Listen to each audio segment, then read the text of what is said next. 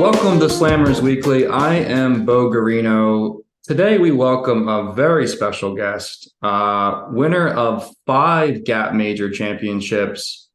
He's held 4 state AM titles within a 2-year period, including 3 state titles at once. Some may call him the king of Philly golf. Ladies and gentlemen, Mike Brown. Mike, thank you so much for joining me today. I really appreciate it. Hey, Beau, thanks so much for inviting me. I'm happy to be with you. You're the first person to ever call me that. So I've never heard it before, but I did it just to make you uncomfortable, to be honest with you, because I know well you're, done. I Well know, done, you, sir. I know you're so humble. So I had to throw that in there right off the get-go. Good work by you. There's so much to unpack here. I have a whole slew of questions here I'm looking at. But before we get into the more current events, let's talk a bit about your upbringing. You know, where you grew up and how you got into the game. Yeah, I grew up in Cheltenham, Pennsylvania, right across the street from Melrose Country Club. And I think I was probably 10 years old, and my grandfather was working at a 9-hole par 3 course in Philly called the Philly Quartet Club. And he used to take me out there. He worked 6-8 hour shifts, and he would bring me out there. I would be going around in a loop on the 9-hole course, and at the end of the night, we would go get the flags, and we would play a few more holes then. But that's how I spent my summers, and I have vivid memories of that. Like, my grandfather drove with both feet, and his car had serious exhaust. So I just remember being super excited to go to the golf course every time with him, and being sick as a dog every time I got home. But every time it was time to go, I was fired up. It's similar to breathing in that Little Mill dust out there. That's my memories as a kid. Just like my sinuses were inflamed the whole summer because if you get the back cart in one of those groups, you're just huffing and puffing. Yeah, you better get away from the tee box first. Exactly. Yeah, same thing. And then I played high school golf at Cheltenham. Didn't do much in high school until I got to my senior year. I somehow finished third in states, and that kind of got me moving a little bit. I went to IUP. I played there for Fred Joseph and Don White. I was really hoping to play at Villanova.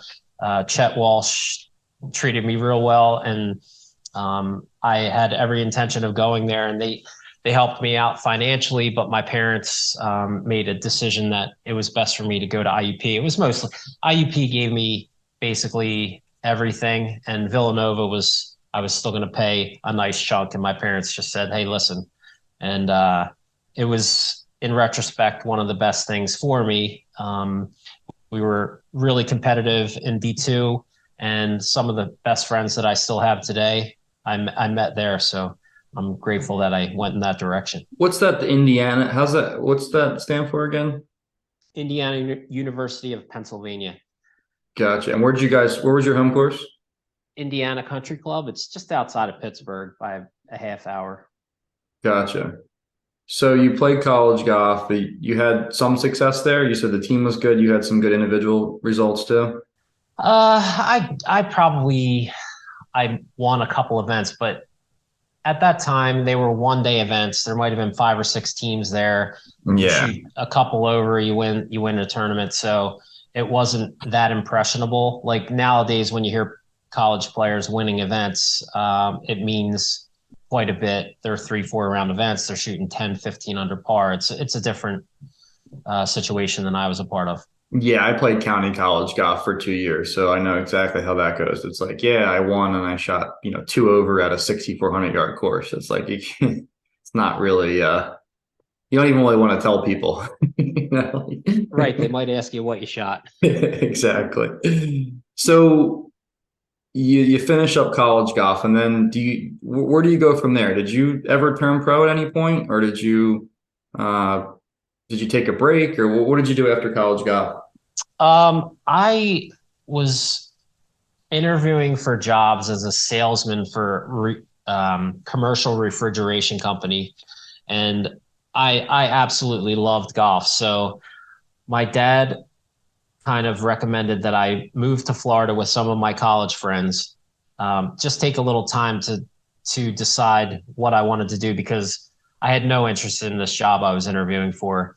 And I got hooked up with a group of guys down in Florida. We were running carts at Greenleaf Golf and Tennis Resort just south of Orlando. And, I all of a sudden was surrounded with some very, very good players. Um, had always had dreams of playing professional golf, but, I was no good coming out of college. But anyway, I hunkered down there. I think I was an amateur for 2 years down there. And then I was spending my summers up here at North Hills Country Club, and I just mentioned to a member or two that what my dreams were, just conversation on the range, stuff like that. And one member in particular said, I'll sponsor you. What do we got to do? And she offered me $15,000, and I went home and talked to my dad, and I was like, this woman offered me $15,000, and he said, that's not enough. He's like, ask for 30. Smart man. Yeah. So anyway, some very, very nice members at North Hills Country Club, probably 50 of them.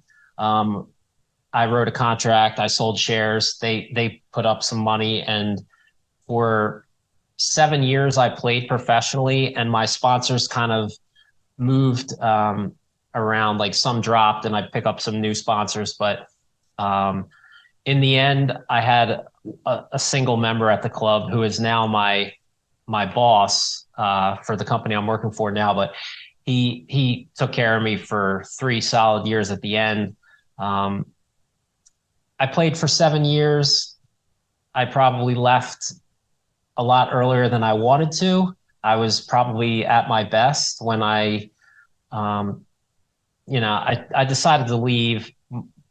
My sponsors basically said, we're done, which I understood because I hadn't done much. Hmm. And I played 1 year on my own dime. I went 30 grand into debt, and I was just in a corner. So, as is the case for a lot of people that go that route, when it's time to be spit out at the bottom, you got to start to work. So it's it's a tough time, but I I was super grateful for the opportunity to try.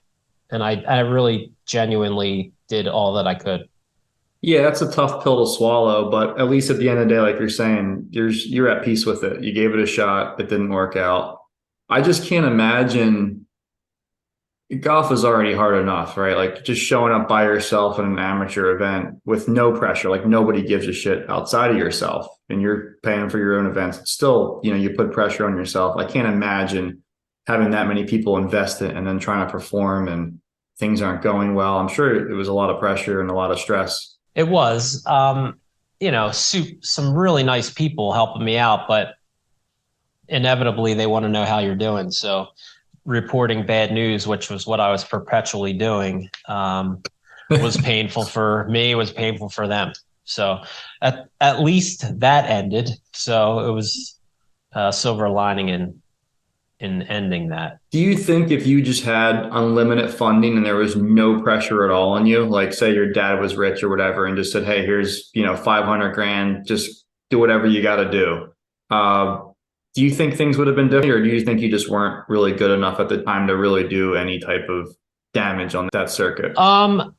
It wasn't a matter of pressure. I honestly think in retrospect that it was a matter of time, because it took me a long time to understand what a successful professional golfer was, because what I thought they were and what the most common professional successful story are two different things. I thought I needed to be Tiger Woods like as quickly as possible. And the great majority of players that get out there, maybe not as many today as it was when I was doing it, are journeymen that take 5-10 years to get out there. And, my decision making on the golf course was not where it should be. Physically, I can honestly say I was pretty close to that level at that time, but I was just making tons of poor decisions. And um, doing the most important thing, which is managing what I had, the, doing it poorly every day. So I just wasted too many shots. And in big events like Q School and Monday qualifiers, you can't afford to do that. So I think if I made the decisions that I make today with the physical skills that I had then, I'd probably be somewhere different. Yeah, that's pretty refreshing to hear. This like that lack of maturity, and it kind of goes to show you how yeah, how impressive some of these young guys are now, how good they are at like 20 years old.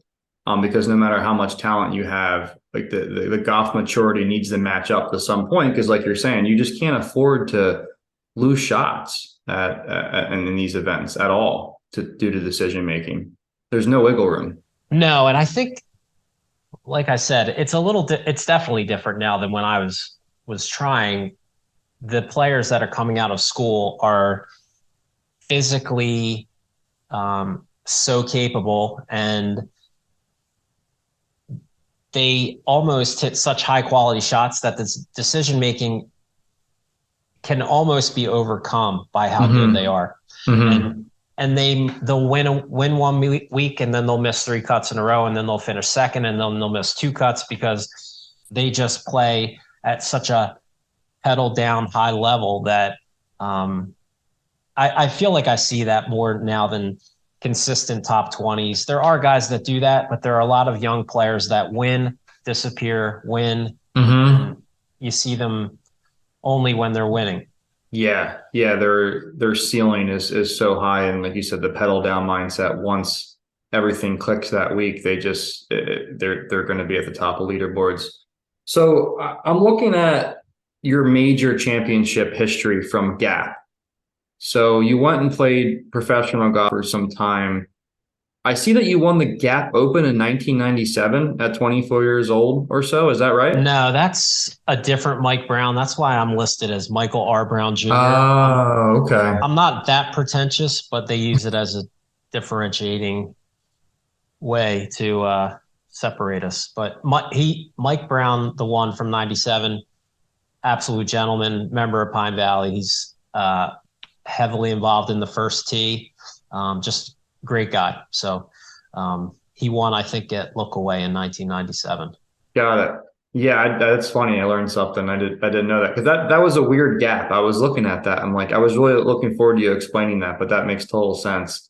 So anyway, I guess flash forward to your first Gap major win was in 2009, the Gap Mid-Am, and then you follow that up with a 2010 Gap Open win, and that looks like you were like 36 and 37 years old, and then you don't win again until, at least from a gap perspective, until you're 45. So there's an 8 year gap between your Gap Open in 10 and your Patterson Cup in 18.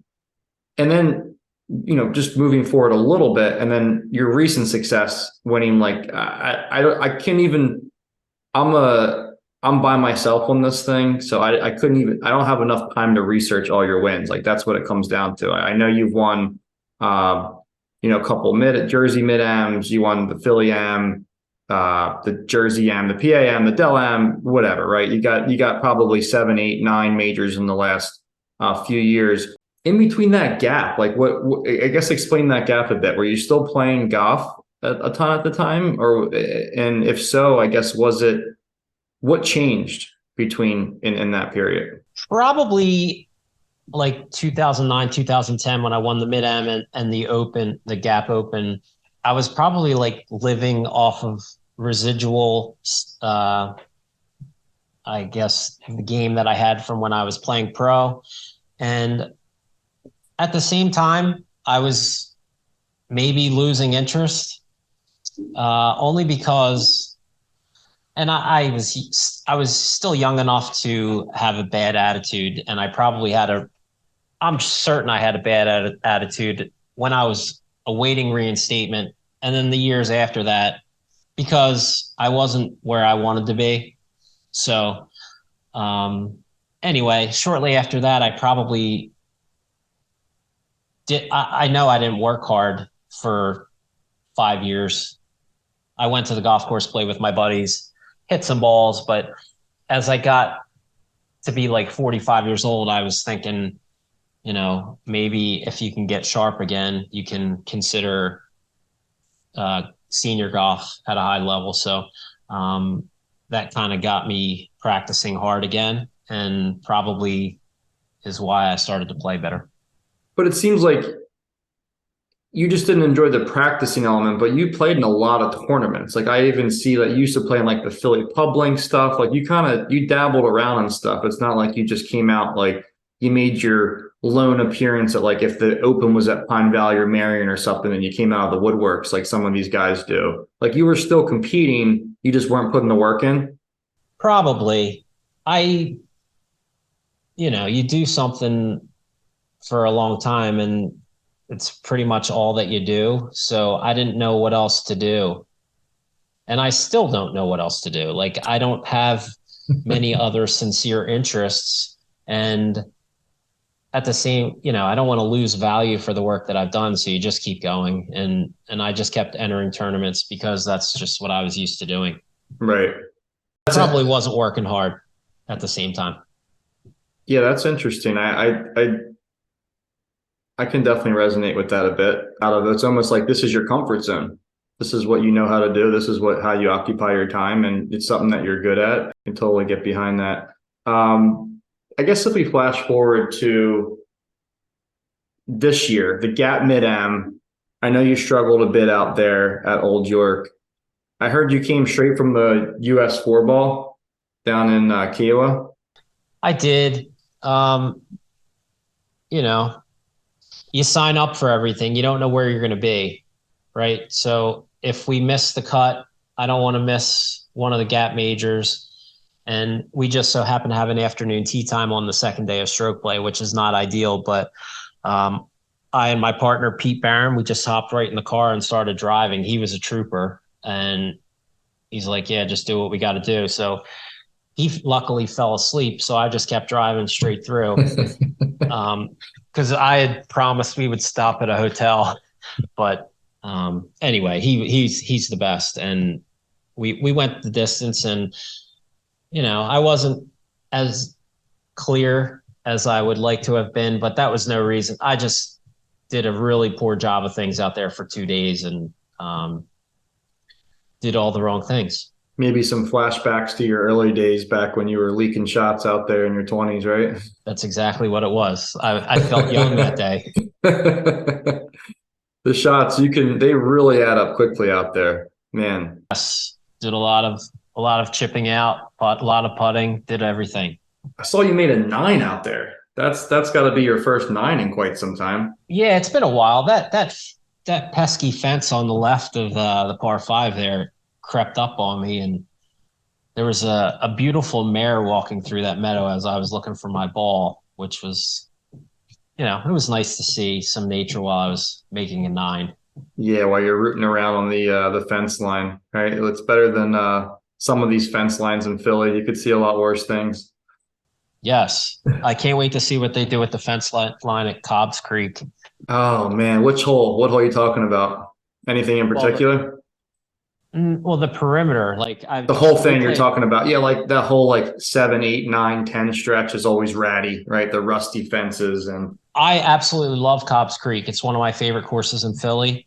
I can't wait to see what they do with it. But every time we played there, the Pub Links played there quite a bit. Mm-hmm. And you just see some crazy stuff, going on the golf course that was not golf related. So they're going to have to put giant walls up around that place. Oh yeah, you got to look out. I've played on similar courses around our area. Like I grew up playing on like Rancocas for high school, and like multiple times people would just come out and steal your ball, and we're in a high school. Not that it's a big deal. It's a high school match, but you're like, all right, what do we do? Like, what's the rule here? Just like keep your belongings close. That happened to my buddy in a match at Wedgwood a few years ago too. So there is some precedent there. It's funny. So you struggle at the Mid-Am, but it seems like it's more of a decision making. You're tired, whatever. Right, your game's fine. You go back out to the Jersey Mid-Am, and you win that. And just the way you won, birdie in 5 out of 6. And that's like at any level of golf. I don't care if you're playing chip and putt, whatever, right? Like that's just really just incredible. How did that feel for you? Was that one of your best finishes ever? And what were you thinking coming down the stretch there? Um, Boy, while that stretch that you're talking about was going on, I didn't realize it was 5 out of 6. I played Troy Venucci, who you know well, and and I know well too. He's an absolute warrior, and he's a guy that you don't want to run into.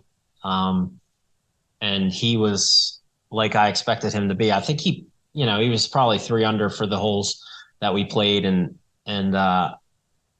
he took control of the match in the middle. And there's always like a pivot hole in a match, and I made an up and down that I absolutely should not have made on the 10th hole, and he was in close for birdie, and he happened to miss, so I got away with a halve there, and it kind of, for me at least, shifted the momentum a little bit. And I made a couple birdies, and then I chipped in on a hole where I could have easily lost that hole. So things just in a flash went my way. It seemed on every hole. Yeah, and that being an 18-hole final, like those little things really mean something because there's just not many opportunities, and you're faced with, you got a gun to your head maybe 2 or 3 times, like you said, in those pivotal moments when you're playing an equal competitor, and they either go your way or they don't. And it seems like you made it happen, and that was a good day for you. That was your second time winning a state championship at Deal, right? I know the last one was the 4 ball with Pete, but seems like you've had some success there. You like that place, I'm assuming? I do. It's a great course for me. It's not super long. It's got a little room to it. The green complexes are a little tricky, which is also good for me. But you can just drive it far, and then it comes down to wedge play and putting, and those are probably my strengths. So, yeah, it's a perfect course for me. Where would you say that ranks in your wins, the mid-am? I know you probably don't have an inventory or an exact amount, but does that, as you're getting older and still winning these events against younger guys like a Troy, or do they become more special, or is it just kind of business as usual for you right now? It's not business as usual. Every time you win, it's a blessing, and you're not sure if you're gonna win again, so you just try to enjoy it. But I would say I will certainly not forget the individual opponents I face that I fear, and Troy is one of them. Hmm. When it comes to the event itself, I don't have a ranking for them, but it's usually strength of field, and you know I kind of consider the state amateurs the most important tournaments that I've won, and the mid amateurs are up there too. The gap events, the fields are so strong in some of them that I hold them in high regard too. I not to mention that gap holds a special place in my heart just because I've been playing there for a long time, and that's where my friends are, and my friends are running the tournament. So um, it's a nice community to be a part of. I was gonna say that's the best part about Gap is it's a community, right? Like the state stuff that you kind of go to, and not that you don't see people, but it's more like everyone's out for themselves. But the Gap, there's just some special feeling that we have captured down here that maybe you can't quite pinpoint, but I think we all feel it and we all resonate with it, and it's certainly something special. For sure. I think we're all struggling to be good at the game, and we all share that, and we all are out there fighting hard. So it's just it's just good to see everybody. Every time I'm at one of those events, I see somebody I forgot I was going to run into. So I just love that. Yeah, no, same here. I'm with you. Is there any win that stands out as like this will always, 30 years from now when you're, old and gray or whatever, right? Like, does one win that you really hang your hat on, or was especially Yes. special for you? Yeah, for sure. The Pennsylvania Am was in 2020, and that was the first state amateur that I won. And honestly, it was almost such a great feeling of relief. Like I almost felt like I was wondering if I was ever going to do anything difficult in golf or unusual. And for some reason, a state amateur is like that minimum threshold for me. And I felt like, okay, I can relax now. Like it was, the work was worth it. And in a lot of ways, that probably freed me up a little bit because I almost feel like to myself, I don't have to prove anything anymore. Hmm. Not that I don't have lofty goals, but if I were to do nothing more, I would still think, some of the stuff that I did was difficult to do. And, um, you know, I worked hard to do it. Well, that's the crazy thing is that you say that because you thought, you never may win a state am, and then you hold three states am titles at once. I mean, I know you're a humble guy. I know you don't like to pump yourself up, but I mean, I really do truly believe that is one of the better amateur golf feats of all time. I wish there was a really a database where we could see how many people have ever done that or if they've ever done that at once, because uh, even if it was random states, like whatever, Michigan, Minnesota, North Dakota, whatever, right? Or the fact that it's Jersey, Delaware, Gap, PA, this area, it really is incredible. I mean, you got to reflect on that at some point and be like, wow, I kind of can't believe I did that. Yeah, that's something I'm pretty proud of. It's unusual to in our part of the country, the ability to play in the state amps that we can, like Delaware is open, Pennsylvania is open, meaning anybody can play in those as long as you're a member of a club in that area. Hmm. Jersey is closed, but I'm lucky to be in the area where I am, where I can participate in all three of them. Uh, but it was it was tough to win those tournaments, and I had to play well. And um, to win Jersey, like the third one, people started asking me questions about holding all three, so I was aware of the situation, and I played some really good golf on the final 9 holes of that tournament to move ahead. And that's what I'll remember when I'm 80 and I'm thinking, what did I do? Oh, that's right. I stepped up in that situation that probably doesn't come around too often. So, I'm happy with that. And again, it's this isn't going to last much longer. I'm going to play for another 5 or 10 years, and then I'm just going to have my memories. So, um, I'm very, very lucky to have that. Yeah, that's got to be cool to be driving over the Ben Franklin and being like, yeah, state champ here, still the state champ here. Like, like I know you're not an egotistical guy. That's pretty. You're covering a lot of ground though. That's pretty sick. But I guess the Philly Am last year, I thought you were going to say that may be the most special to you too, just completing the Gap Grand Slam. Did you feel any particular pressure with that, or like how did you feel? I guess knowing that, because like you said, you're not going to be able to, just being realistic, you're not going to be able to compete against these kids for that much longer, and your chances are dwindling. What was that like getting that done, or trying to wrap that up? Yeah, absolutely. That tournament is, right close to the state amateurs, and it's different. I think back to the community of Philadelphia, and we all know each other, and we all know the history of the Philadelphia Golf Association of Philadelphia. We know the winners of these tournaments, so you want to make your mark when you have the chance. And that was a tough, long week. My body was not cooperating that week, but I hit some good shots at the right time, and I had a great caddy that week. And but how many chances are you going to get to win that tournament? You're going to go deep a couple times.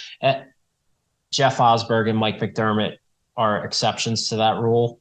Those guys are guys that I look up to. Chris Lang too. but I was going to have one or two chances. That's probably going to be my last chance. I played well Mm. this year and lost in the round of 16. So you not only have to play well, but you have to have good fortune along the way. I was going to say this year you played well, and even in the match play, you played about as good as anybody. It was one of those ones where you're like, hey, if I matched up against almost anybody else, I would have won. But um, I think that and especially with these kids, and you kind of have a target on your back, right? Whether you like it or not.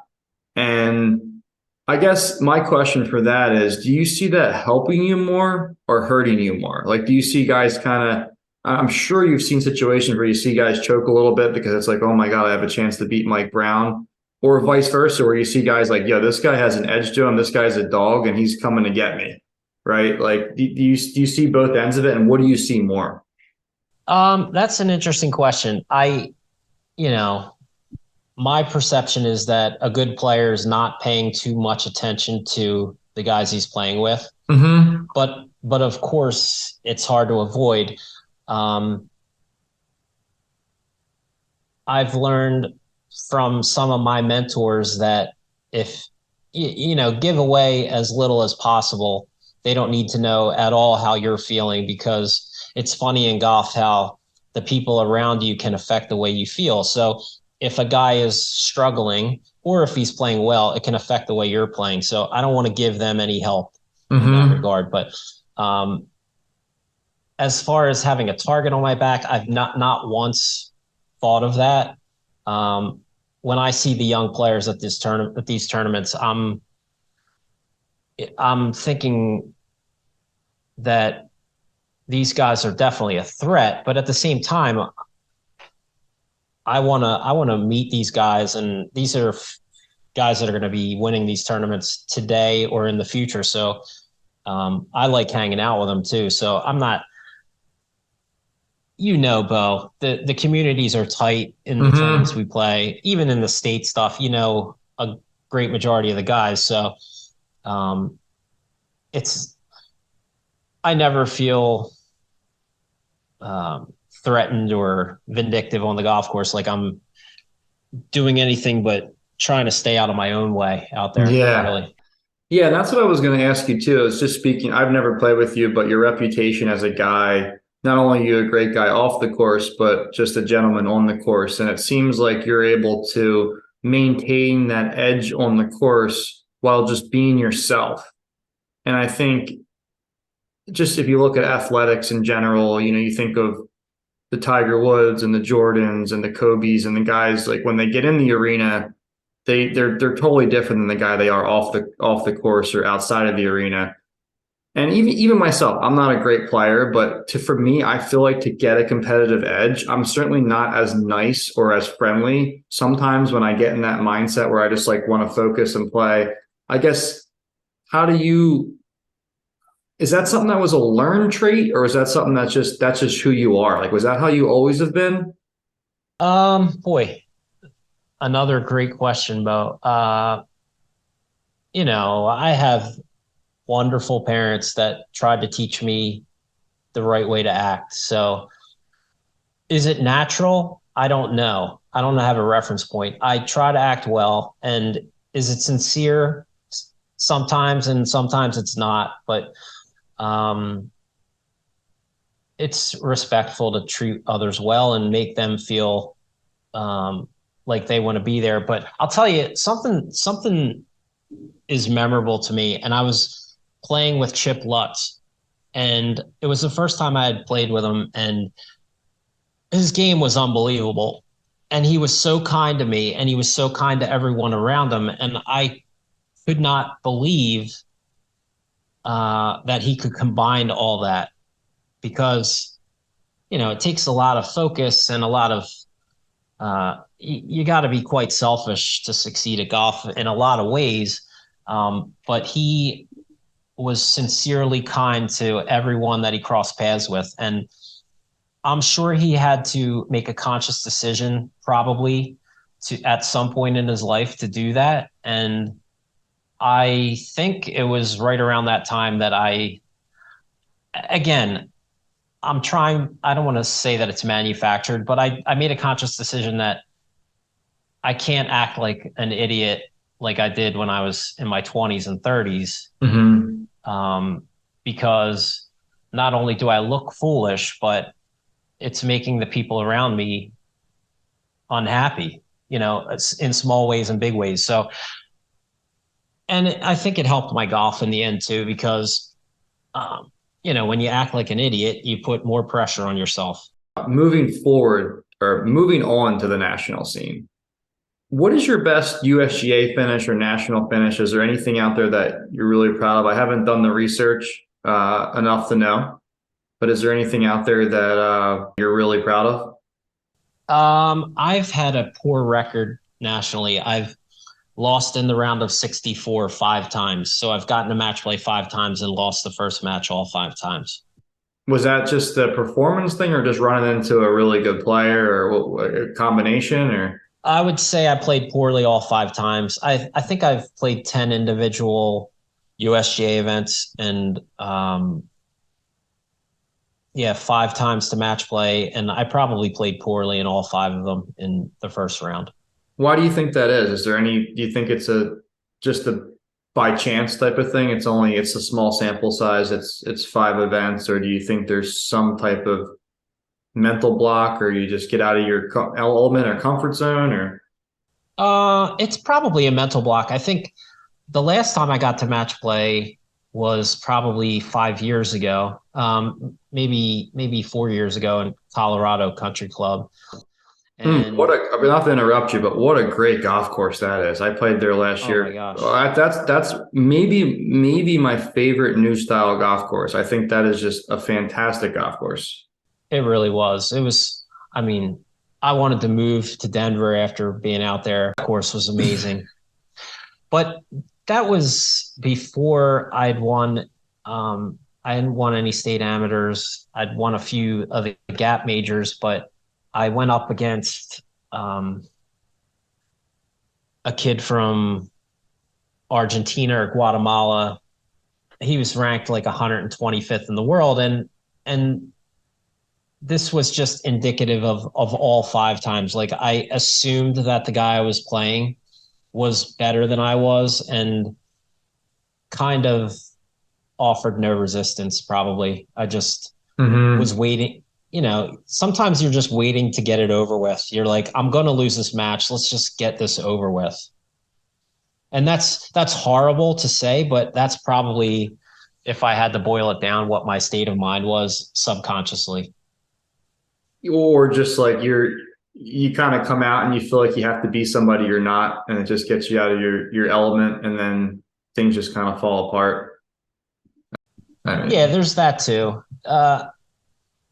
I mean, winning a lot of matches is not making more birdies, it's making fewer mistakes. So a lot of times you can outlast somebody, and that can happen just by making a bunch of pars in a row. So I think my expectations were different than reality.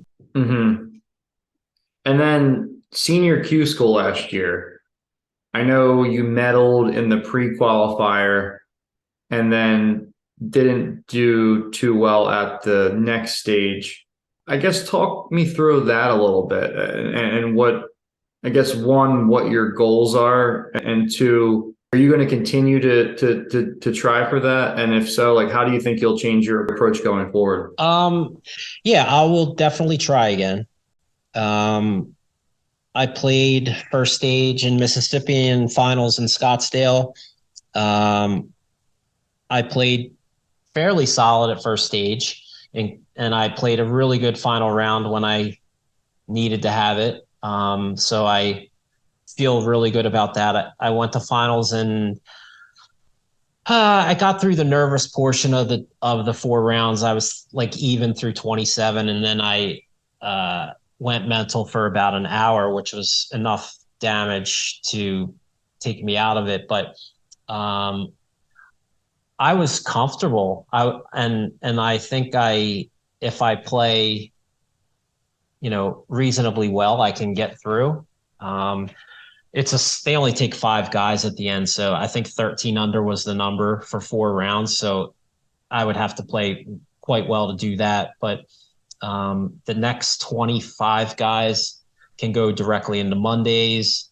I think if I would have finished in the top 30, I would have chased that tour for a while. But, you know, coming back to playing these tournaments is great too. So it was a win-win. And you're the young guy now.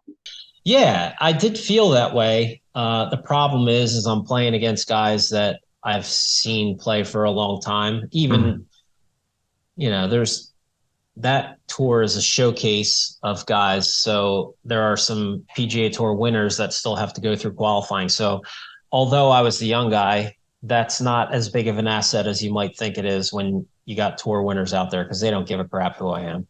No, no, there's some, and especially those older guys, man. They're golfers, man. They just put the ball in the hole. Like you probably, some of them you might not even be that wowed by, but they just score their ass off, and they're gamers, man. Yeah, for sure.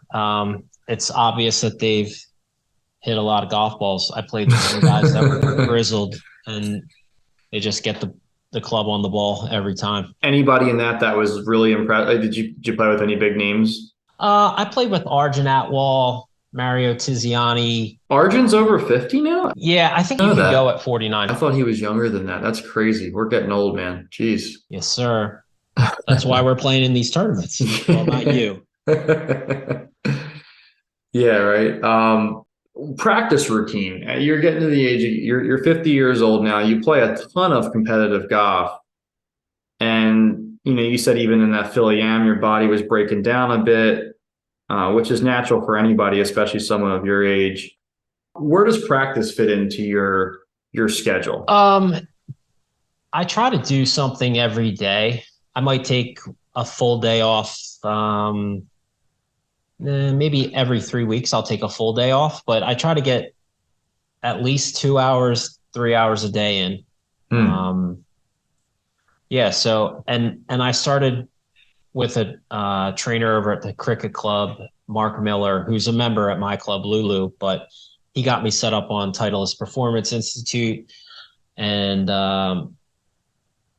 put that into the mix. And honestly, I haven't felt this good in a long time. Like, I feel I'm upset that I didn't do it sooner because I feel flexible and I feel strong and I can practice longer. My back doesn't hurt anymore. So I owe a lot to Mark Miller. And but yeah, I don't love to practice. I guess I kind of tolerate it. I guess everybody just tolerates it, but it's something that you got to do. So you work with Mark from a performance standpoint, but that's not your swing coach. That's just strictly strength and flexibility. Yes. I worked with a swing coach in Florida for 15 years, and I owe everything to a guy by the name of Tony Brabner, who was a guy in the Ledbetter Academy. But I followed that method for 15 years, and I believe in that method to a large degree. But there came a time where I just couldn't do it as well as I wanted to. So I started seeing some other teachers. I saw Mark Sheftick, who I think is one of the best in Philadelphia, and Scott Yurgolevich over at Cricket. I worked with him for a couple of years. And these guys opened my eyes to some things I hadn't thought about, and also made me feel like I didn't have to be as regimented and I could be a little more creative in my thought. And I think that's when I started to play a little bit better, is when I stopped trying to fit into the mold that I thought was necessary. Mm-hmm. And just said, listen, I have idiosyncrasies in my swing. They're probably never going to leave. So just deal with it. So you don't work with Sheftick anymore? I haven't for a couple of years. I went to see a new guy, and he's a well-known teacher down in the DC area, Wayne DeFrancesco. Yeah, Wayne's got a bunch of YouTube stuff out there. I love the way he articulates on those videos. He does some good breakdowns. Yeah, he's brilliant. And again, another guy that kept it simple. And nowadays, if I go see somebody, the first thing I say is, I'm not going to be able to change. So let's get started. No, but he helped me out. Wayne gave me some real interesting things to think about. And I think I'm getting better as a result. That's awesome. Yeah, it's cool. The golf journey is so fun because not only the people you play, the courses, the tournaments, the instructors you work with, and there's no hard feelings with previous instructors. You know, they're all great and they all serve their purpose, but it's cool to kind of see that progression as you move forward. I mean, I can relate to it in a much less serious capacity, I'd say, but it's fun. It's all part of it. Yeah, there's a lot of smart people out there. So don't pigeonhole yourself to one guy. Exactly. So changing gears a bit here, are you into golf architecture at all? I would say no. I don't know much about it. But even like from a preference standpoint, and this is the thing, I find this a lot of times I ask better players this question and they say that. And it's like, I almost feel like that's part of the reason why you're able to just show up anywhere and play well because you're able to block that out. Like I'm so absorbed in the course that I'm like I get like weird vibes on certain tee shots and angles, and there's certain architects I don't prefer the way they present things. You don't really get that kind of vibe at all with anybody. That's interesting. It sounds logical what you're saying, that there could be some bias once you get an idea in your head, but Hmm. I never really wondered who designed this golf course I'm playing. I have grown pretty fond of Donald Ross, but probably because I've just coincidentally been at a lot of those courses. Hmm. But I really like the fact that the green complexes are what are meant to hurt you out there, and I think that's a good way to set a course up. So I guess with that being said, is there any course? I'm going to reframe this question the way I had it based upon the answer you gave. Is there any in the section, right? Say 2024 schedule comes out. Just throw out the mid-am, for instance. The mid-am is at XYZ course. What's the worst course that you could see on there? And what's the best course? And I'm not talking like, some like that's in the rotation, right? Is there any course that stands out that you're like, oh man, it's at whatever next year, or wow, it's here. I know Lookaway is a friendly place for you. Is there anything that really stands out on either end there? I like them all equally, Beau. I'll, Yeah. I wish I had that I'll, mindset, man. I think I would be a little no, better. I wouldn't be great, but I'd be a little bit better. no, I don't mean that. There are courses that I love more than others. Some of them I go because I'm told to go there. So my favorite ones are, Cricket, Marion, all Huntington Valley. I'm a huge fan of Lulu, which is where I play. It's grown Hmm. on me quite a bit. Um, I, those are some of my favorites, and there's other ones where, I'm not a huge fan of out of bounds stakes. So any course that has a ton of those, I don't want to go. Um, Bluebell, Talamore, you're not too fond of this? I've hit so many houses at Talamore. Uh, I feel bad for the neighbors.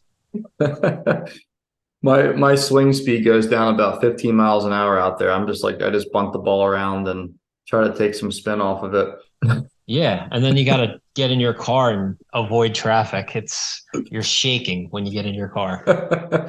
Well, I'm glad it's not me. I don't know how people do that. What about Little Mill? What do you think? I'd love to get your thoughts on Little Mill. I love Little Mill because it's very difficult. It's tough off the tee, and you got to hit big boy shots out there. You can't dink it around. You got to hit the ball hard, and you have to curve it the right way at the right time. Mm-hmm. Mm-hmm. Um, I love Little Mill. Yeah, it's a serious test of golf. There's no way to fake your way around that place, Nah, I agree with you. especially when the greens are firm. I had my first walk off. I guess it's been about 2 weeks now. Have you ever walked off before? What's a walk off? Like, No are card, you? just pack it in and just get the hell out of there. Trunk slam it. Oh, okay. Um, I did. I think when I was 13 or 14, I was playing a junior tournament at Cobbs Creek, and I think I shot literally 100, and I think I faked a heat stroke as an excuse for that score, and didn't sign my card. And I'm pretty sure my dad like drove me back to the course, and I had already been disqualified, but he wanted me to try to rectify the situation. That's a good But yeah, that's a good father. Yeah. Now you gotta post your score. It's certainly a loser move, but I was curious to see if you had any. But the fact that when I said walk off and you're like, what's a walk off? Kind of answered I my thought you meant question. like holing out a shot on the green. Oh, right. Yeah, no, your definition of a walk off and mine's a lot different. That's good. Um, Lulu, you say you love the place. How'd the club championship go this year?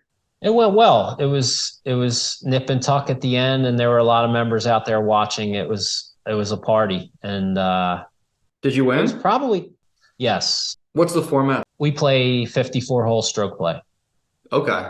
And it was pretty tight going the last day? Yeah, I and David Kim were 5 shots back of Richard Riva, Hmm. St. Joe's grad. David Mm-hmm. Kim's out of LaSalle, I believe. Yeah, and I think I was 2 back with 4 to go of Richard, and I buried 16 and 17, and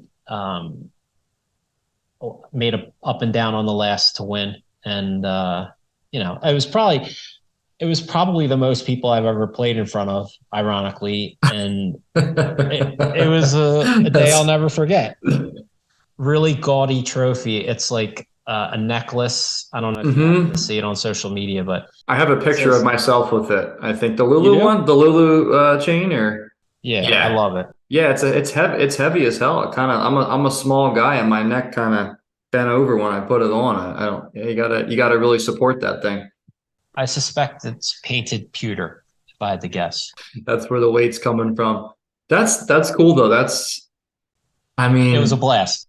yeah, someone like you's got to really relish in that. A bunch of people out there. It's a tight match. You put on a show for the crowd. Another great finish by you, 16 and 17. Wow. Yeah, I mean, that's the thing though. Like I said, I know you're humble. I know you don't want to pump yourself up, but I think this translates well for you going forward with the senior golf, the way you're able to close. Like, not many guys at any level can close that way, where it's just like, yeah, it's a tight match, and it's like, I'll just birdie in, or I'll birdie 4 of the last 5, or 2 out of the last 3. Do you kind of recognize that with yourself? Does that something you kind of say, hey, when I'm in position to do what I want to do with my goals going forward, like I can close this thing off? Um, yeah, I'm not wary of that situation any longer, and I hope that when you're under pressure, like your default setting is what you do most, and if you practice a lot and you know you hit you make your 4 footers when you practice, then under the gun you'll make it more times than you miss. So that's what I hope happens.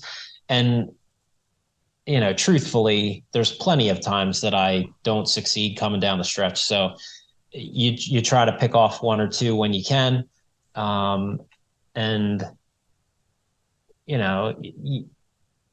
you also better recognize that these situations don't come up all the time. So you better take advantage if you can. Right. So Lulu Club Championship this year, back to the club championship. How many of these do you have in your career? That was my first. Oh, well, not even, I guess, at Lulu, just in general, overall. Yeah, I've never won a club championship.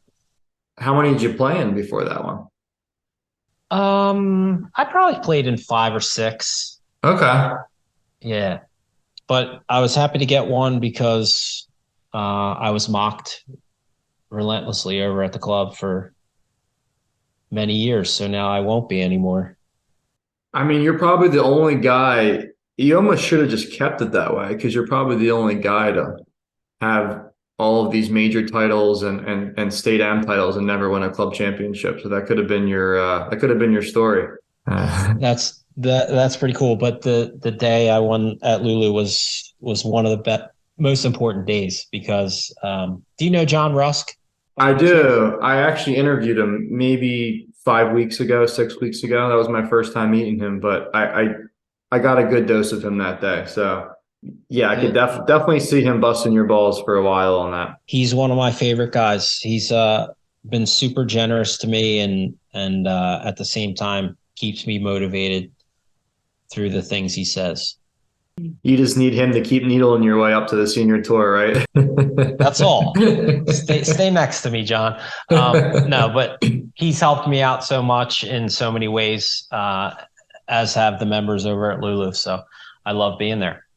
I was reading an article about I think it was over the Gap Winter Edition, and you had mentioned kind of what you echoed today about kind of losing your love for the game a bit and then finding it a little bit later in life. And I guess I've always struggled with, and I wanted to get your perspective on this. There's so many guys that I grew up with playing that were good players, but not great players. Like good players in the sense that like, hey, they're good enough to think about maybe turning pro. They go play on mini tours for a couple of years. They get burned out and now they don't play golf anymore. And I guess I just never really understood why these guys just can't appreciate amateur golf. Because, I mean, you're a great example of this, of what amateur golf has done for your life. Not just the competition, but the people you meet, the courses you play, some of the opportunities that come along, and just the memories that you create, the people you're able to impact. Why do you think that there's such a disconnect between that and some of these guys that say get to the +3 or +4 level, but they can't get to the +6 or 7 level where you can start being profitable?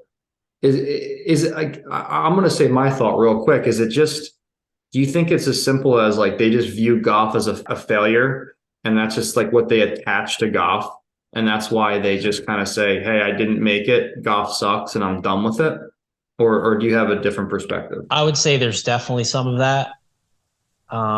They've invested so much of themselves into something and it's so finite. When you back away from the game, you didn't make it. So it's almost like any success that you have as an amateur is going to be less than what you intended to begin with. So, and not to mention, they probably don't want to do the work that they did. Mm-hmm. You have to do some of that. Mm-hmm. Yeah, playing professional golf before you start making money is a tough lifestyle. You just have to, I mean, obviously the volume that you have to put in and you have to be self-motivating day after day after day. And for some guys, that's hard to do. You have to have an unbelievably hot fire for it in order to carry on for as long as it takes a lot of the time. So I've told my friends, like, I absolutely love it. And you described it so well. The things I love about amateur golf, the relationships, the golf courses, the camaraderie, and the competitions are fantastic. These organizations do such a great job. But I've told them that I'm not going to be upset the day I decide to stop competing. It's like I'm in a lot of ways looking forward to that too. So I can certainly understand how some guys don't want to grind after they've already been grinding for a long time. Yeah.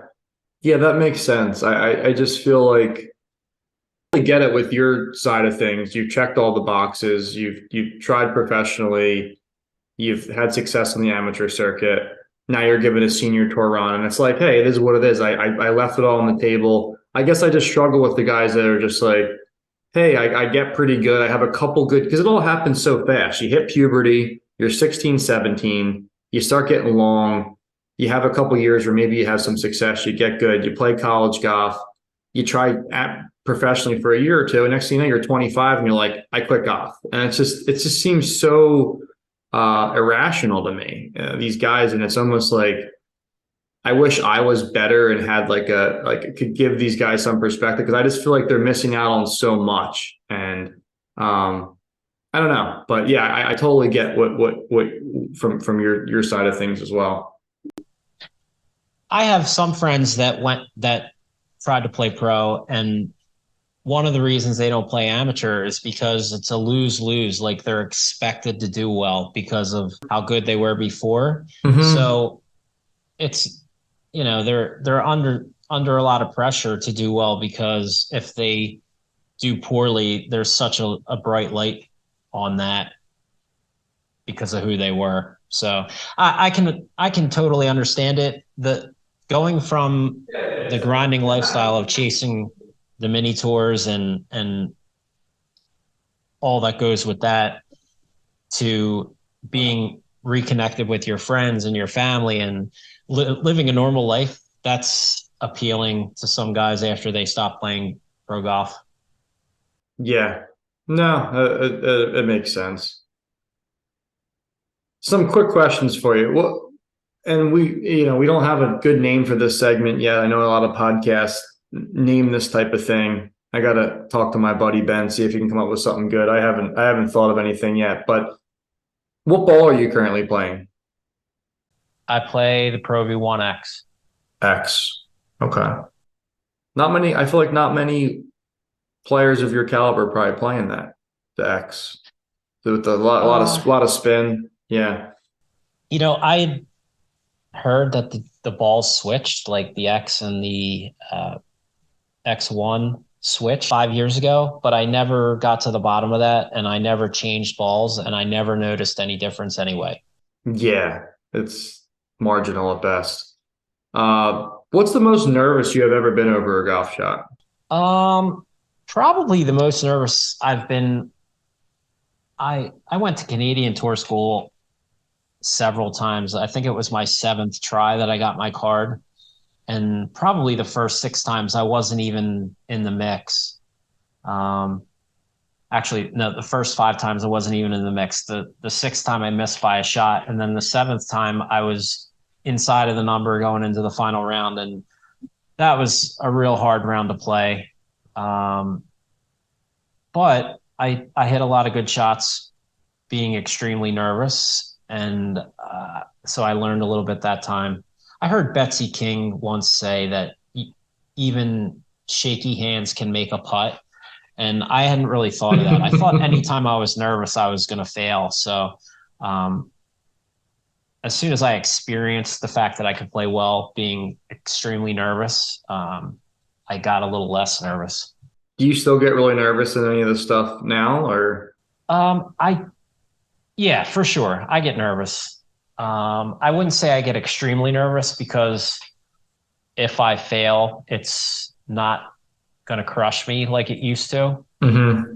Um, I got really nervous at USM qualifying a couple years ago because it was at Oakmont, and I desperately wanted to be at that one, and played a really good first round, and just needed to keep my wits about me in the second round. That was probably the hardest round I ever had to play, but I got around, and so that was another nervous time.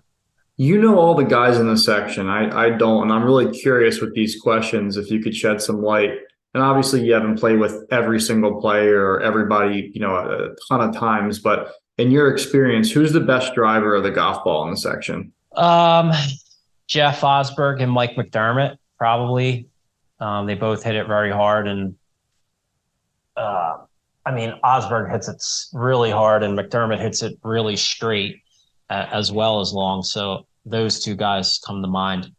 But there's so many. I Hmm. just played with Connor McGrath last week, and I could not believe how well he hit the ball. And there are tons of guys like that nowadays. Best putter? The best putter. It's funny you say that, because I told him this 2 weeks ago at Overbrook, and it's not just because he putted well at Overbrook, but I've seen him. I've played with him 100 times, and he putts well every time I play with him, is John Brennan from cricket. He's the best putter in Philly.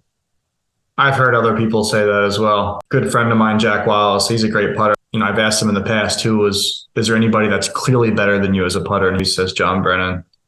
No, no kidding. Yeah, I'm not Yeah. surprised, but I mean, Jack's a good putter. Yeah. Who's the any best wedge player? Um, John Rusk. Hmm. He's he's got this technique where he extends his right index finger down the shaft to give himself width. Hmm. Um, he doesn't do it all the time, but he's an unbelievable ball striker for a guy that doesn't really hit tons of balls anymore. But his Hmm. wedge game, he just hits those flighted wedges that you wish you were hitting all the time instead of bloopers. Yeah. It's funny. I'm most impressed by guys who hit good wedges. And I played with somebody last year, and I'm sure you crossed paths with him at some point, but I was blown away by his wedge game. Jersey guy, Mike Stamberger. Yeah, he's a tough guy. Oh man, good He player. hits he hits really good, shallowed out, just one hop stop wedges all day, pin high. And it's when you that's one thing for some reason I'm so jealous of when I see guys do that. It's just such a I like the delicate shots, and that's something like the bombers. It's like, hey, it's one thing to kind of lash at the ball, and it's another thing to be able because I can't do that. I can't have 120 mile per hour club head speed, but there's no reason why I can't hit a good wedge shot like that, right? It's something you envy. Yeah, and I think John Rusk practiced very, very hard as a young man, and that's why he hit such good wedges. Who's the most clutch player you've ever played with, or just coming down? There's like, is there anyone that you just view as just a seriously clutch player? Yeah, Matt Matari, I would Hmm. say. Hmm. Just an outstanding short game and a bulldog mentality. I would say Troy Venucci's coming into that mold too. Hmm. Um, just tough as nails. Like guys, when they need to make a putt, they usually do.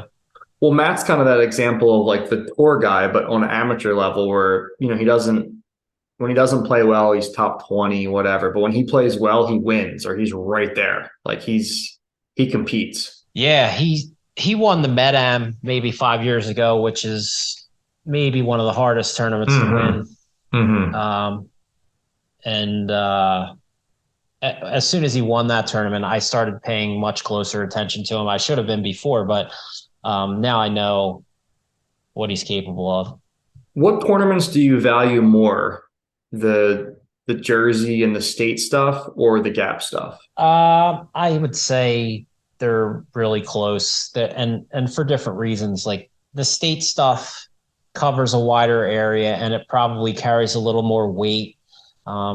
It certainly does with ranking points, um, and you know, after local comes state, and after state comes national. So it's just hard to not think in that way.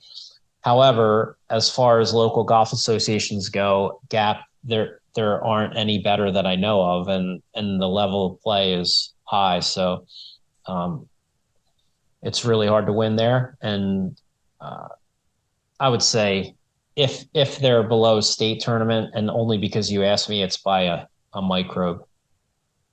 And you do pay attention to the official world golf rankings. I do because there are, you can get exempt for USGA stuff if you're in a certain position. So I'm keeping an eye on things. What's your go-to shot under pressure? I don't have a go-to shot under pressure. I try to hit the same shot every time unless it's not available. I have always hit a bit of a block draw, which is something I'm working on. I'd like to do less of that because if I make poor contact, it kind of hangs out to the right. But um, yeah, over the years, I've tried to be less creative and just a push draw is kind of what naturally comes out. Is there any shots you don't have that you wish you had outside of like physical limitations, right? Like we've all like to have 120-mile-an-hour club head speed, but is there anything that you're like, hey, I can do this, and I just physically I can do this, but I just can't do it for whatever reason? No, I don't feel that I have any major deficiencies that way. There are shots that I don't choose to play under the gun.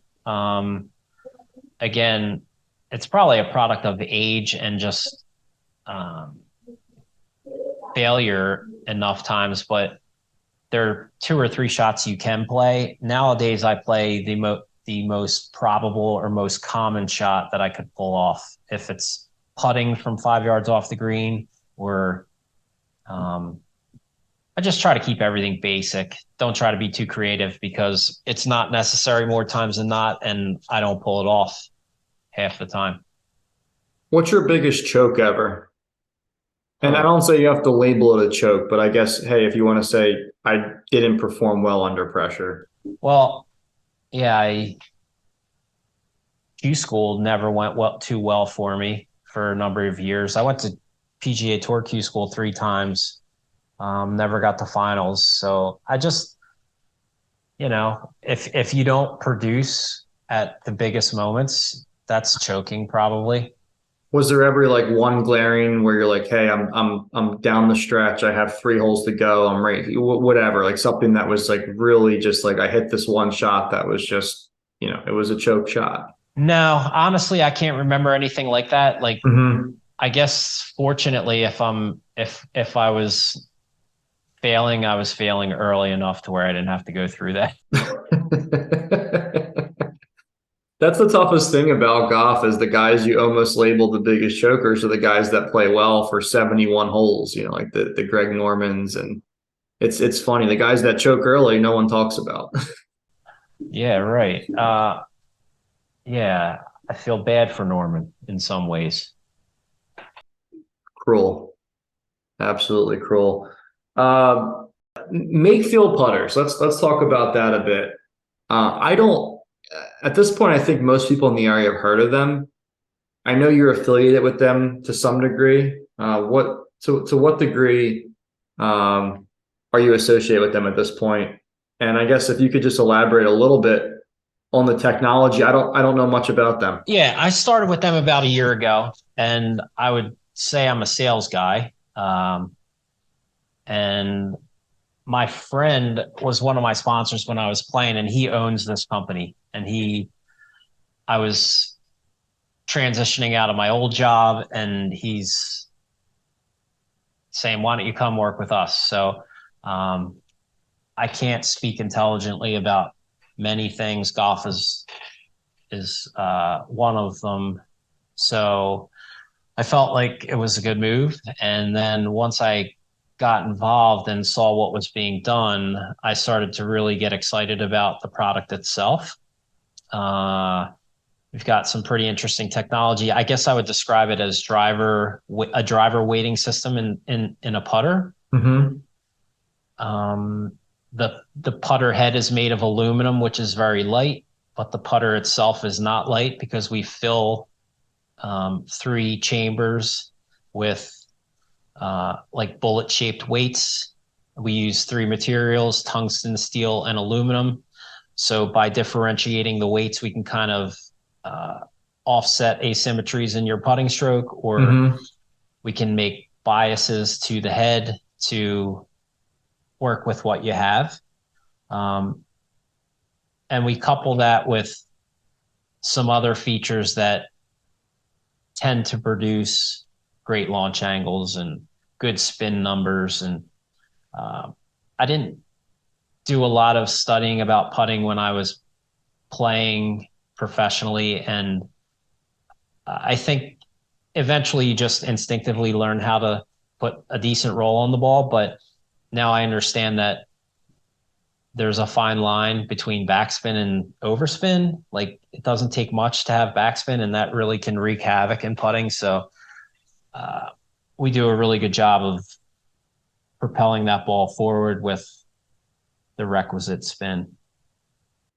And yeah, at this point, you got some serious players on board. I saw recently announced Chris Crawford is using it.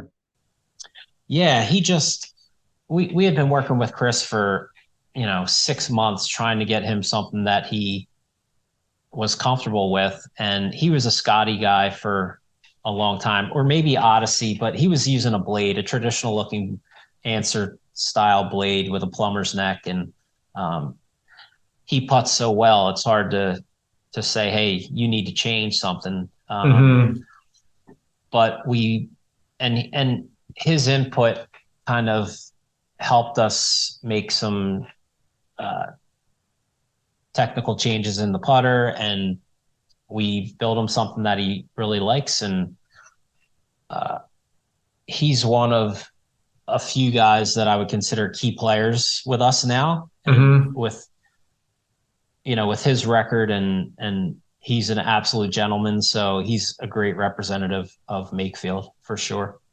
Yeah, so if somebody had interest in Make Fit, are you guys in pro shops or it's just strictly via the web or how are you guys, how could someone go about ordering a Make Feel? Well, locally, we're in pro shops, and we have a fitting studio in Ben Salem, and I do some of that. So you can call me, and I'd love to spend a little time over there. There's no charge for that, but it's an eye-opening experience, I think, and a lot of good players would benefit from it. Um, all levels would benefit from it, but I didn't realize how important that stuff was for me personally until I did a deep dive on it. But um, and then we have fitters nationally as well. But being a year old, our fitting map is still wide enough to where you might have to drive a couple hours to get to a fitter.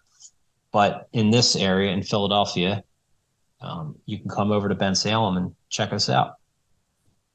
Next time I lose my putting, I'm going to give you a call, which will probably be in a couple weeks. So that's about the only thing that's half decent at this point. But as soon as the ball striking comes around, I know the putting will go. It's just it all goes around So and around. I'll know when you're pure in it then. Yeah, exactly. Exactly. Do you stick around here during the winter? How do you winter? I know I've heard that you can be a frequent visitor at some of the local poker tables. Is that true? You see some flops from time to time? Yeah, I have the itch, buddy. Yeah. I think gambling and golf go hand in hand, and I don't know a lot of golfers that don't like to gamble. I don't know why that is, but I am going to rationalize it as it's helpful. The more pressure we can be under, the better. So why not do that all year long? That's a pretty good way to justify it. I think I used that ideology for quite some time and until the losses offset it, the benefit I was gaining from the being under the gun all the time. Well, that's a good time to slow it down. Were you playing poker or were you playing games of chance, Beau? No, so my weakness is sports gambling. I've never been a big casino guy. I enjoy poker and I can actually play poker like a normal person in the sense that like I can go play a 1-2 table and go with 300 bucks and lose it and be like, I'm good. I'll go home and it's just like, hey, it's fun. I had a couple drinks, got to sit with some characters. Whatever. I'm a losing poker player, but I wouldn't say I'm like god awful. I'm probably like a 10 handicap. It's pretty good. Yeah, I mean, I'm not a complete hack, but I'm not a good player. You lose Uh, slowly. yeah, exactly. Yeah, over time, yeah, I'm just gonna bleed out. I'm not gonna just get hemorrhaged, right? But with the sports gambling, I mean, I can just get completely hemorrhaged. It's just yeah, it can get really bad. So I'm on a nice break right now. We'll see. I just got to get through football season. That's always the tough one. I just it's really the only sport that I just absolutely love everything about it, watching it and the X's and O's and everything. So I'll see, but I'll be good for the rest of the summer at least. This is going to be your year. This is it. This is it. Yeah, exactly. Do you what game do you play at? Do you play 2-5 or? Yeah, mostly. Mhm. Yep. 1, 3, 2, 5 depends on the night and where I'm playing. But Maybe I'll give up sports gambling and pick up poker with Mike Brown. How's that sound? yeah, we can lose together. Misery loves company. What's your handicap at the tables? Where would you put yourself at? Are you a pretty good player or? I've gotten pretty decent over the years. I'm a winning player, like in the, not tons, but I would say I come out on the good side, and the most patient players seem to do well, Mm-hmm. and so I just try to pick the right spots. Rivers, parks. I go to both. Rivers has more action and the players are wild, um, but Parks is a nice, comfortable, controlled environment, whereas Rivers is just a madhouse. So Mm-hmm. sometimes, sometimes I'm just not up for Rivers. I want to be with the quiet people. Yeah, you don't want to have a big win and have to get escorted out of the building, right? You want to walk away with your winning safely. Yeah, exactly. There's that too. Oh, I love it. I know you didn't like me calling you the king earlier, and like I was just busting your balls. Like I said, I know you're humble and you hate that. But you said realistically, your reign over this amateur golf, it's going to come to an end. Who knows? 3 years, 5 years, 10 years, whatever it is, right? At some point, you're going to have to kind of pass the torch. If you had to pick one player in the next, say, 10 or 15 years who you see having the most success in this stuff, who would you pick? Well, Troy Venucci comes to mind again. Um, it's going to be a combination of who's got the physical skills, who's got experience, and Troy has is definitely got physical skills. He's gaining an experience, and honestly, regular life, people like to get married and do stuff, and that's awesome. But and not to say that you can't get married and win, but there are a lot of good players that are going to become distracted, and Mm-hmm. I think Troy wants it really bad to be a high level player. And I'm not just talking gap and state stuff. Like he's got potential to do big things. So I'm pretty sure he's hungry for that. So I wouldn't be surprised. I'm not surprised anytime he plays well. Yeah, there's always that married swing handicap and the single swing and handicap. It's like how well does that swing hold up one time a week, right? Versus the 4 or 5. It's funny how some guys aren't their difference isn't much or anything at all, and some guys go from like a +3 to like a 6 handicap. It's there's like no in between. Well, they go out to dinner 5 nights a week now. Yeah, start packing a little pouch on, and yeah, you're not as flexible as you once were. I've been there. I did that for a few years, and hopefully I'm past that. But I guess the last thing, what what does success for Mike Brown look like going forward? Like, would it be making it to the senior tour, or like what? At what point? What notch in your belt would give you peace at this point in your career? Well, I guess playing on the senior tour would probably be the execution of my dream, but a success for me is happening right now. Like just I just love to compete, and I like the process of doing that, and I don't need you know if I don't win anymore, that's okay. So yeah, like I don't think I'm going to measure success for myself over the next 10 years as what I accomplish on the ledger sheet. I'm just going to, I've convinced myself a long time ago to enjoy the process, and I didn't genuinely believe that, but now I do. Like I said earlier that I tolerate practice, but I still do it regularly and I feel enthusiastic about it. So it's maybe more than just tolerate it. It kind of, I don't know if this is pathetic or not, but like I identify myself through golf. And like I said before, I don't know what else to do really. So thankfully, I still enjoy it. Yeah, it's funny. It sounds like it's throughout your life, it's been a love-hate relationship, and then you've kind of found the balance of where uh, you kind of found yourself through the game, and you found that equilibrium, and yeah, it seems like you're just enjoying the ride, and obviously having a lot of success along with it. Uh, I really appreciate you coming on here, man. I really do. It means a lot. like I said, whether you like it or not, you are one of the faces of Philly golf, and you coming on here certainly means a lot for us. So appreciate it. Best of luck this season. I've always followed you and rooted for you, and I'm gonna even more now. And yeah, let's get you on the senior tour, man. Beau, thanks very much for having me on. Thanks for the tough questions. It was nice to talk about because it was cathartic and a lot of the stuff I hadn't thought about before. So thanks for helping me sift through some of this uh, minutia in my head. Thank you, buddy. Yeah, I could tell there's a lot in there. We could probably go on and on and on, but for viewers' sake, we'll cut it now, and maybe we'll regroup at some point later in the year. Okay, Beau. Thank you so much. Thanks, Mike. I really appreciate it, man. Have a great night. All right, buddy. All the best.